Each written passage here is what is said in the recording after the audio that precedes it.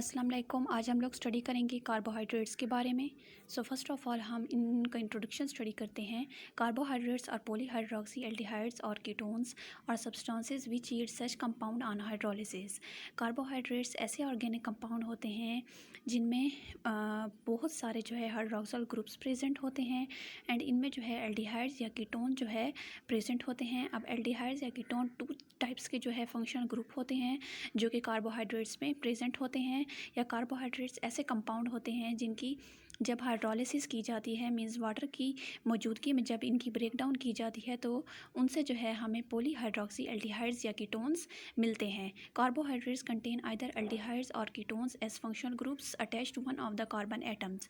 Carbohydrates ऐसे compound होते हैं जिनमें एल्डिहाइड्स या कीटोन जो है फंक्शनल ग्रुप्स प्रेजेंट होते हैं जो कि कार्बन एटम के साथ अटैच्ड होते हैं। दे आल्सो कंटेन टू और मोर हाइड्रोक्सिल ग्रुप्स। कार्बोहाइड्रेट्स में दो या दो से ज़्यादा हाइड्रोक्सिल ग्रुप्स प्रेजेंट होते हैं and they are the most abundant organic biomolecules in nature.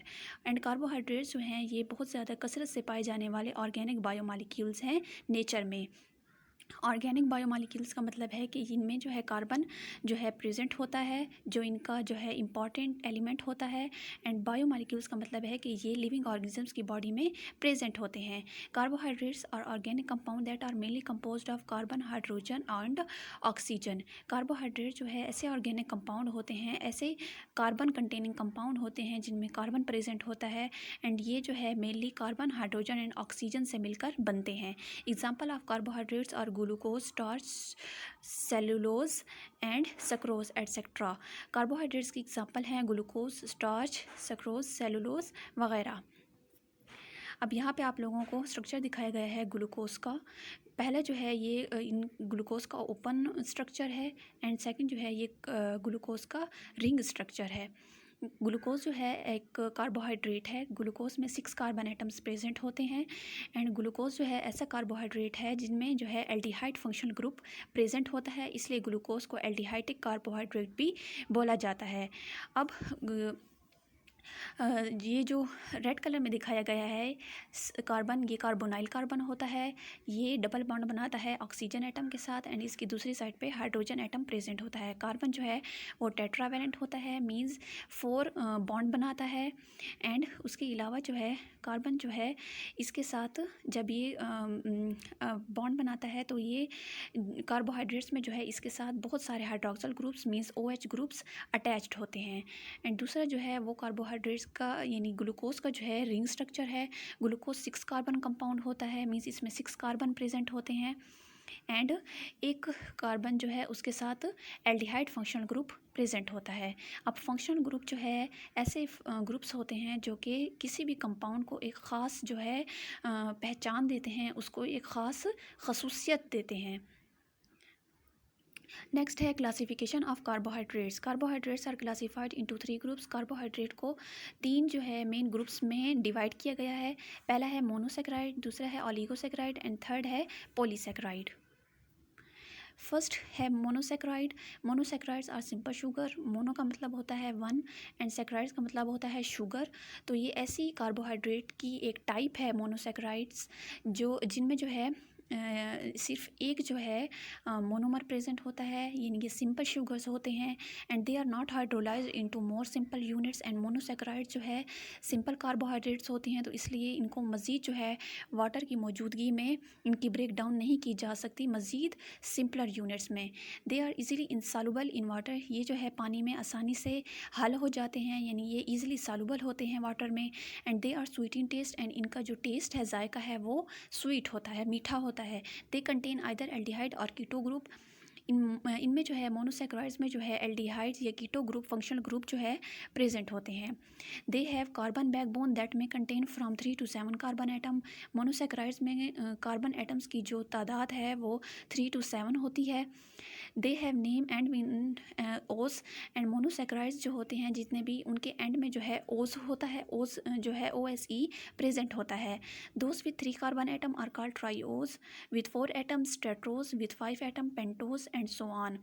ऐसे मोनोसेक्राइड जिनमें 3 कार्बन एटम्स प्रेजेंट होते हैं तो उनको ट्राइओस कहते हैं। ट्राई का मतलब होता है 3 एंड ऐसे मोनोसेक्राइड जिनमें 4 कार्बन एटम्स प्रेजेंट होते हैं उनको टेट्रोस कहते हैं। एंड ऐसे मोनोसेक्राइड जिनमें 5 कार्बन एटम्स प्रेजेंट होते हैं तो उनको पेंटोजेस बोला जाता है। नेक्स्ट क्लास है कार्बोहाइड्रेट की oligosaccharides. Oligosaccharides are hydrolysed to form 2 to 10 simple monosaccharides units. Oligosaccharides ऐसे कार्बोहाइड्रेट्स होते हैं जिनकी जब हाइड्रोलिसिस की जाती है, मींस वाटर की प्रेजेंस में जब इनको तोड़ा जाता है तो इनसे 2 to 10 मोनोसेक्राइड्स यूनिट्स जो है वो ऑब्टेन होते हैं या बनते हैं।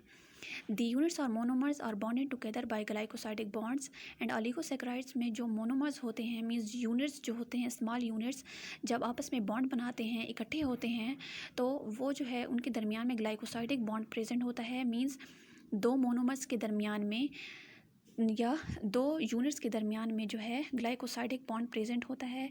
मीन्स ओलिगोसेक्राइड्स में जो है बहुत सारे मोनोसेक्राइड्स से मिलकर बनता है एंड मोनोसेक्राइड्स के दरमियान में जो है ग्लाइकोसाइडिक बॉन्ड प्रेजेंट होता है। ये बॉन्ड जो है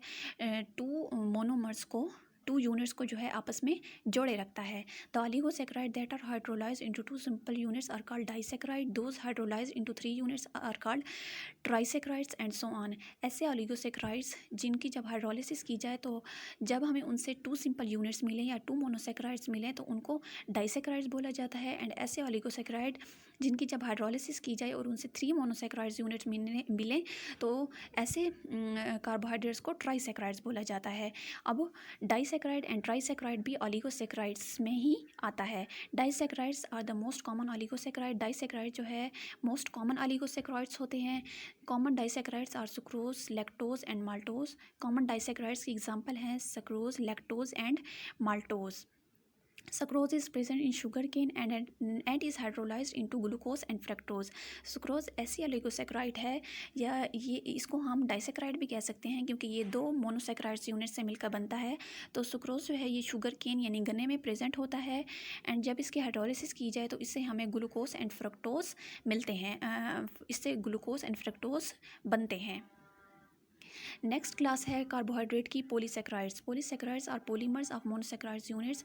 पॉली मीन होता है मैनी, यानी कि ऐसे कार्बोहाइड्रेट्स होते हैं जिसमें बहुत सारे मोनोसेक्राइड्स यूनिट्स प्रेजेंट होते हैं एंड इनको जो है पॉलीमर्स ऑफ मोनोसेक्राइड्स भी कहा जाता है। They are hydrolysed into more than 10 monomers of glucose unit. जब इनकी हाइड्रोलिसिस की जाए मीन्स वाटर के प्रेजेंस में जब इनको तोड़ा जाए तो इनसे मोर देन 10 यानी कि 10 से ज़्यादा मोनोसेक्राइड्स यूनिट्स या 10 से ज़्यादा मोनोमर्स जो है ग्लूकोज के बनते हैं।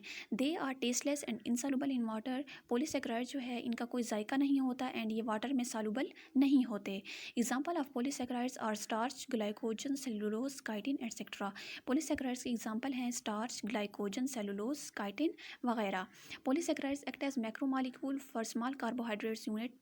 पॉलीसेक्राइड्स जो है ऐसे कार्बोहाइड्रेट्स होते हैं जिनको मैक्रोमॉलिक्यूल्स भी कहा जाता है या पॉलीमर्स भी कहा जाता है। मैक्रोमॉलिक्यूल्स का मतलब होता है बड़े मॉलिक्यूल्स। अब ये मैक्रोमॉलिक्यूल्स होते हैं स्मॉल कार्बोहाइड्रेट्स यूनिट्स के। Green plants prepare glucose during photosynthesis which is immediately converted into starch. जो पौधे होते हैं, प्लांट्स होते हैं, वो ग्लूकोज की सिंथेसिस करते हैं या ग्लूकोज को प्रेपेयर करते हैं सूरज की रोशनी की मौजूदगी में एंड सनलाइट की मौजूदगी में जो है जब ये ग्लूकोज को प्रेपेयर करते हैं तो अगर एक्स्ट्रा ग्लूकोज हो तो वो कन्वर्ट हो जाती है स्टार्च में। अब स्टार्च जो है ये एक किस्म की पॉलीसेक्राइड है एंड जब प्लांट को ज़रूरत होती है फूड की तो देन ये स्टार्च जो है अगेन कन्वर्ट हो जाती है ग्लूकोज में। तो इसलिए स्टार्च को जो है स्टोर्ड फूड भी कहा जाता है प्लांट्स की। When plants need glucose starch is again converted into glucose. अब जब प्लांट्स को ग्लूकोज की नीड होती है तो ये स्टार्च जो है स्टोर्ड फूड जो है ये दोबारा से कन्वर्ट हो जाती है, चेंज हो जाती है ग्लूकोज में। Thank you very much. उम्मीद है आप लोगों को इस लेक्चर की समझ आई होगी और आप लोगों ने कुछ सीखा होगा। अगर आपको ये वीडियो अच्छी लगी है तो इस वीडियो को लाइक कीजिए एंड चैनल को सब्सक्राइब कीजिए। Okay, thank you. अल्लाह हाफिज़।